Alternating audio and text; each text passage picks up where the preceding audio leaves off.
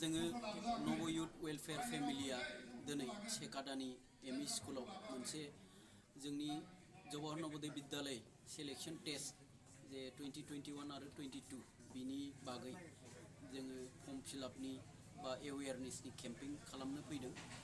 जोंनि जे क्लास 5 आव फरायबाय थानाय फरायसुला फरायसुलिफोर बिथांमोनखौ जोङो एप्लाइ खालामनो थाखाय दा नब'दयआ युथ वेलफेयर फेमिलि NYWF नव युथ वेलफेयर फेमिलिया मोनसे न'खर जे न'खराव जवाहर नवोदय विद्यालयनि फोरोंगुरुफोरजों लानानै बारग' फरायसाफोर बेनिफ्राय फरायफुबाय थानाय फरायसुला फरायसुलिफोर बे बिथांमोनहा जयै मोनसे न'खर दादों। बे न'खरा सोलोंथाइखौ जोंनि समाजाव गोग्गो खालामनायजों लोगोसे सोलोंथाइखौ गोजौसिन फरजासिम लांनानै थांनायाव गोबां हाबाफारि लानानैजों लोगोसे गिदिर थांखिजों जोनोम मोनदों।